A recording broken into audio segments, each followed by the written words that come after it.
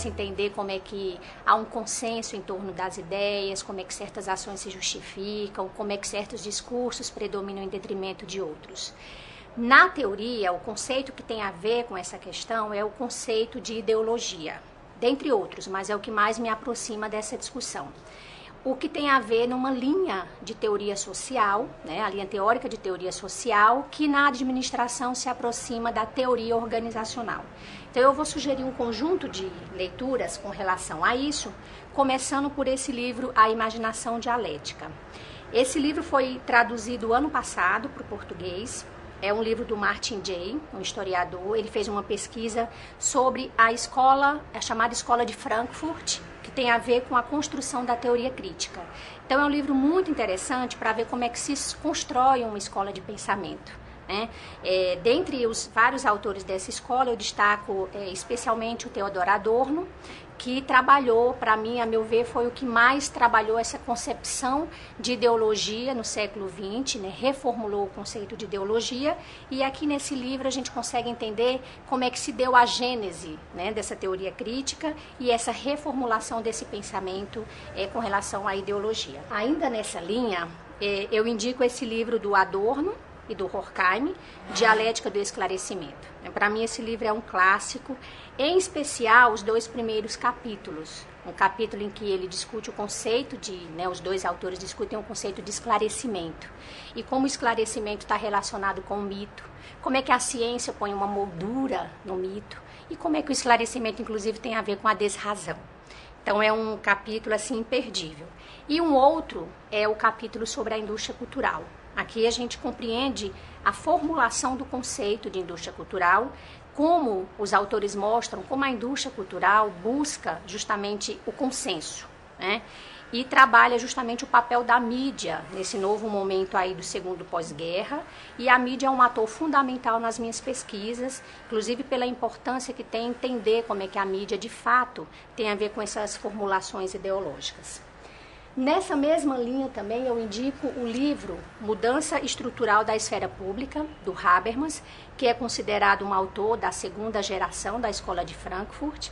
E aqui é interessante pelo valor histórico mesmo, que o Habermas explica a formação da esfera pública, o papel, por exemplo, que teve a opinião pública, o papel político da opinião pública, e como é que essa esfera pública acaba sendo justamente assim, transformada pelo papel da publicidade, pelo papel da mídia. Ainda nesse conjunto da concepção clássica, né, de ideologia e do engajamento e da formação do consenso, para pensar alguns autores brasileiros, eu indico o Robert Schwartz. Aliás, eu indicaria todos os livros do Robert Schwartz, que eu acho que é um leitor e um crítico literário fantástico, por justamente trazer um dos autores da literatura, assim, um autor maior da literatura brasileira, que é o Machado de Assis, e mostrando justamente como a literatura brasileira, principalmente do Machado, foi capaz de compreender certos aspectos da realidade brasileira que nem os críticos, os sociólogos, né, os pensadores, os cientistas políticos foram capazes de apreender. E nesse livro especificamente tem um capítulo chamado As Ideias Fora do Lugar, em que ele justamente questiona como o conceito de ideologia que estava sendo formulada na Europa não poderia ser pensado para o Brasil. Que no Brasil havia uma especificidade histórica, né, própria, enquanto lá se falava dos ideais iluministas, de liberdade, igualdade, aqui nós vivíamos um sistema escravocrata. E aí, para finalizar esse bloco, eu indico também um crítico na periferia do capitalismo, que é justamente as reflexões sobre a obra do Robert Schwartz. O Robert Schwartz escreveu um livro chamado Um Crítico na Periferia do Capitalismo, mas esse é uma espécie de homenagem de vários autores brasileiros e também estrangeiros à obra do Schwartz. E como é um livro contemporâneo, é interessante porque, inclusive, os autores questionam, reformulam certos conceitos, inclusive sobre ideologia, né, do estudo do Schwartz, para a realidade brasileira contemporânea. Também eu indicaria quase todos os livros desse autor, que eu gosto muito, que é o filósofo social esloveno Slavoj Žižek. Em especial, esse livro dele, Eles Não Sabem o que Fazem, o Sublime Objeto da Ideologia, é justamente o livro em que ele vai repensar o conceito de ideologia na contemporaneidade. Particularmente, eu acho que ele foi injusto nesse livro com a Escola de Frankfurt. Acho que ele atribui uma interpretação errada à Escola de Frankfurt, em especial ao conceito de ideologia. E como o próprio Zizek admitiu recentemente, ele conheceu muito pouco da Escola de Frankfurt, ele leu pouco. Então, assim, tirando esse tropeço que eu acho que o livro traz, eu gosto muito da maneira como ele reapresenta, né, e reescreve a famosa fórmula marxista, que é quase bíblica, né? Eles não sabem, mas fazem, para dizer que a ideologia contemporânea hoje trabalha numa outra interpretação que é, eles sabem sim o que fazem, mas agem como se não soubessem. Do Zizek, esse livro, Arriscar o Impossível, em que ele dá uma longa entrevista ao cientista político Glendale. E é interessante porque, como o Zizek é um autor que produz muito, escreve muito, é contemporâneo nosso, está aí escrevendo sobre o que está acontecendo e escrevendo sobre as coisas que estão acontecendo no momento, é interessante ver como é a ideia de um autor em construção, né? Então, enquanto ali ele trabalha a ideia de a reformulação da ideologia, aqui ele mesmo já repensa a própria construção teórica dele.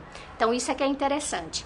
E assim como os frankfurtianos, em especial Adorno, foram muito na psicanálise freudiana para tentar entender como essa teoria da ideologia se articula a uma teoria do sujeito, no caso o Zizek usa muito a teoria lacaniana justamente também para falar como é que a teoria da ideologia se articula com essa teoria do sujeito hoje. Esse livro também, um mapa da ideologia, que foi organizado pelo Zizek, mas que ele tem só um capítulo, mas eu acho interessante para indicar outros autores também que constroem, né, o que o próprio livro chama um mapa da ideologia, em especial um autor que não vai dar para indicar livros dele, mas que eu também acho muito interessante para pensar essa concepção teórica, que é o Terry Eagleton, né?